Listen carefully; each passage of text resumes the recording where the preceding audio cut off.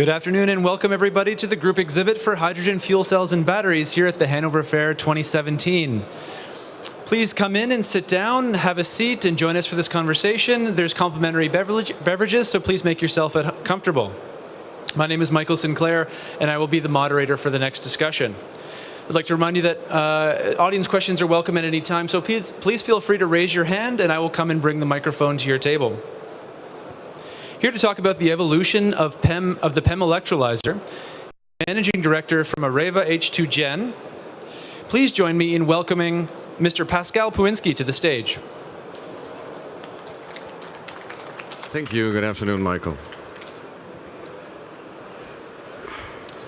So welcome, Pascal. Thank you for joining. Thank you. Please begin by introducing your company and the products that you make. Yes, AREVA H2Gen is a French company that is issued from two research departments. One which was from AREVA that had developed electrolyzers and fuel cells, and one from a company at the time called CTH2 that was involved in research since 1997.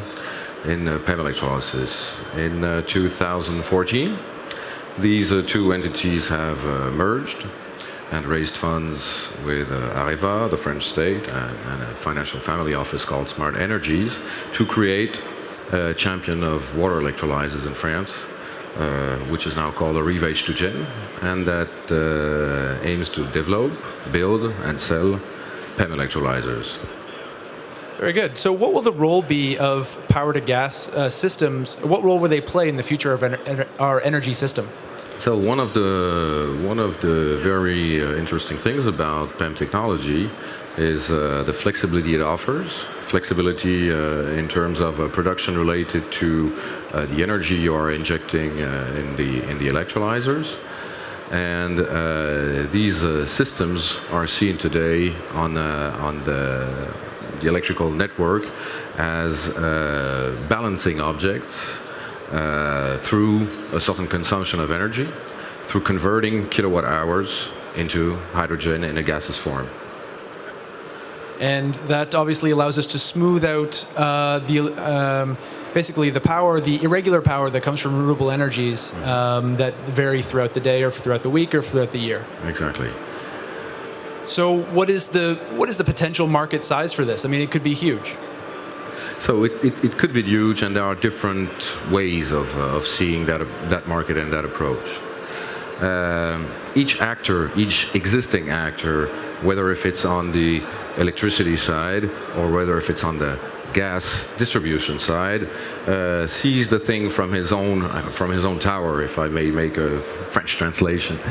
The first one, for the balancing purposes, the utility company that would like to be able to store hydrogen, to store electricity into hydrogen, sees the hydrogen production with the electrolyzers very close by to the production site, okay, and even before the grid injection.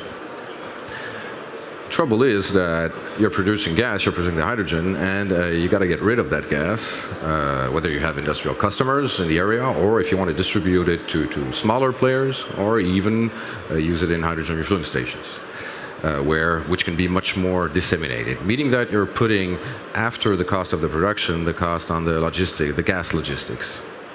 The other approach, which is more the size of the gas companies, is to say, oh, but I need the production very close by to where I have my customers so that I reduce the costs of the logistics. So today you have two trends which have not really found exactly what is the right balance between either before and not paying transport of electricity or not paying transport of gas. So the focus is to then use that hydrogen for, as you said, industrial processes, potentially in transportation. Yeah. Is it likely or is it viable to use that gas to then create electricity again at other times when grid or renewable production is low? Now, this is a difficult question. Whether if it's viable or not, I mean, it's not my role to say that, because we're an equipment manufacturer. We're not a project or a business developer in that kind of projects. But what we see around is that it seems that it's slightly difficult to re-electrify from the hydrogen. On the other hand side, we must not forget that companies like ours, I mean, we're a French company located in Parisian area, we have a very continental culture. And it might not be systematically the majority of humanity how it is dispatched over the earth, because there are a lot of island situations where, although it does not seem to be viable here, it could be there. I'm not an expert on these questions, so I see more the path of value of the hydrogen gas to be used as an industrial product, as it is today, maybe one day in the petrochemicals from green hydrogen, or essentially in mobility. So from the point of view of AREVA H2 Gen, what are you seeing as the major technology trends in PEM electrolysis? So you must imagine that, I think the first time I attended here the hydrogen and fuel cell exhibit in the Hanover Fair was 2011. And PEM electrolyzers were 25 kilowatt systems maximum, meaning 5 norm cubic meters per hour. Today, you have companies here that have made great technology progresses. You see PEM stacks for electrolyzers up to 3 megawatts, 5 megawatts. We're being slightly more conservative, so we have up to 1 megawatt on our booth, which you can see. But you also see that a lot of hydrogen plant concepts are being developed in multi-dozens of megawatt scales. We have one concept we are showing what would be the layout and what would be the footprint of a PEM hydrogen plant of 60 megawatt. So what does it take to get to such large capacities? So the difference between what we had 7 years ago, 2011, and today are essentially that we are working with larger active surfaces, okay? And we try to work with higher current densities. By AREVA H2 Gen, we stay conservative because we want to ensure to our customers a long lifetime and a high efficiency, because we believe that on a multi-megawatt scale, whether if it's a plant or an electrolyzer, we're talking about 60 megawatt electrolyzer, imagine the quantity of electricity you're consuming. Efficiency is extremely important. And unfortunately, although PEM has a lot of flexibility and advantages in the hydrogen production, still when you work with higher current densities, unfortunately the efficiencies are lower. And we have to try to maximize these efficiencies, and therefore we work at pretty low current densities, 1 amp per square centimeters. I mean, it's not a secret. But we also offer the capability in our stack architecture to go up to 2 amps per square centimeter, which has the effect that the electrolyzer that could work on a base load of 8,700 hours a year would be able to offer services to the grid by offering plus minus its nominal capacity. So if I have a 1 megawatt electrolyzer running to address primary storage, I could go 1 megawatt more, so from 1 megawatt to 2 megawatt, or just turn it off. And it gives the grid a certain, it offers the grid a certain service, and and it enables to amortize on 8,700 hours an industrial equipment, meaning that it optimizes the cost of the hydrogen as an output. Perhaps you partially answered this question already, but my question is, what constraints do you run up against when you get into these, very, very large systems, 60 megawatt systems? What are the limits? Well, the limits are, as I would say in any industrial equipment manufacturing, first of all, you have transportation limits. So you try to build a system that you can transport on a truck. or where modules can be transported on a truck. Of course, we can do much more. I mean, if you look at the wind turbine manufacturers, have capacities of transporting very large equipments on trucks, but I mean, it's not the easiest logistics or the easiest transportation you could imagine. So in this case, what are the limits? I mean, the limits from the stack construction is to try to put as much electrolysis capacity in terms of stack capacity on, I would say, a skid that would be in the volume of a 40-foot container. In our concept, what we are presenting on our booth, we have up to 10 megawatts in a skid of the size of a 40-foot container.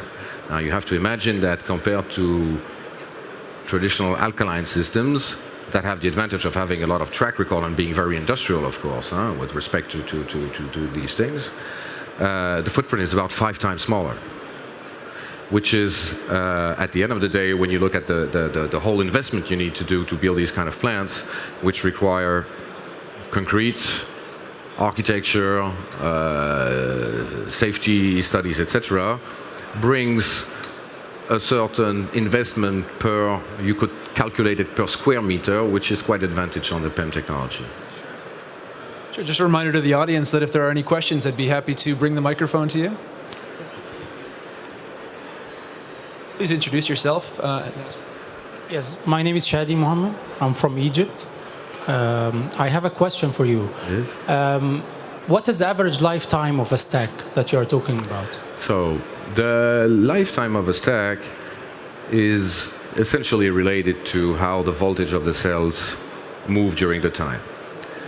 And what we don't like is to go above a certain cell voltage. Okay.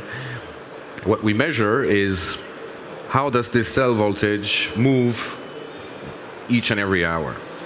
So depending on where a stack cell voltage starts at the beginning of its life, you get the end of the lifetime by the curve of the cell voltage, or at least the limit where you go. And that lifetime, I'm sorry because I didn't answer the end of your question, and that lifetime is about 80,000 hours. 80,000 hours. Which is about 10 years on a PEM stack. And actually you can recycle the electrolyzer because there is a problem now of the noble metals inside the PEM cells. Yes. So have you got over this problem of the noble metals inside, or you have developed something? So on PEM technology in general, you're right. There is a concern about noble metals. But PEM technology is 90% fuel cells, 10% electrolysis. So if you're talking about fuel cell production, it's a concern. If you're talking about an electrolyzer, slightly different, because the share of the cost of noble metals in a PEM stack compared to the whole system and the stack itself is, I think, less than 4%. So from the global cost. So that's not where, in terms of cost reduction, our concern goes first. Okay? In the fuel cell business, it's slightly different. So your question is totally legitimate on that side. Are there any other questions in the audience? No? Great. Well, I'll ask a final question then. Sure. When we're talking about going to these very large capacities, it sounds like a lot of what's involved is, scaling and replicating the existing technology from a few years ago. Yep. Have there been any fundamental enabling innovations that are allowing us to go to these larger power ratings? Fundamental innovations, that's your question. Maybe not fundamental innovations, but there has been in the last years, I would say, a share of knowledge and an understanding that has developed in PEM technologies that enabled many players to increase their capacities. But there are still limits. Stack architecture is essentially mechanics. As long as you're not touching to the PEM membrane, the MEA with the catalysts, which are most of the time supplied by chemical companies, with the right calculations, the right simulations, etc., you can pretty well, and the right engineering team that has knowledge about it, you can pretty, I'm not going to say easily, but it's not rocket science, okay? Increase the active surface and so the capacities. You can increase your current. One of the challenges is to be able to do 2,000, 4,000 square centimeter active surface stacks at 2 amps. It exists, or at 2.5 or 3 amps, but at 85% or 82% efficiency. Because as I said, a multi-megawatt scale electrolysis plant makes only sense if there is high efficiency. Wonderful. So for more information, I'd like to direct you to the AREVA booth, the AREVA H2 booth, H2 Gen booth. It is at C59, so it's just back down this aisle. I can see it actually from here, just down the aisle. Please join me in thanking Mr. Pascal Pewinski for joining us on the stage today. Thank you very much. Thank you, Michael. Up next in the public forum, we have 2 guests joining us. We have Werner Schulmeier from Plancy and Jessica Elwell from Ceramatech.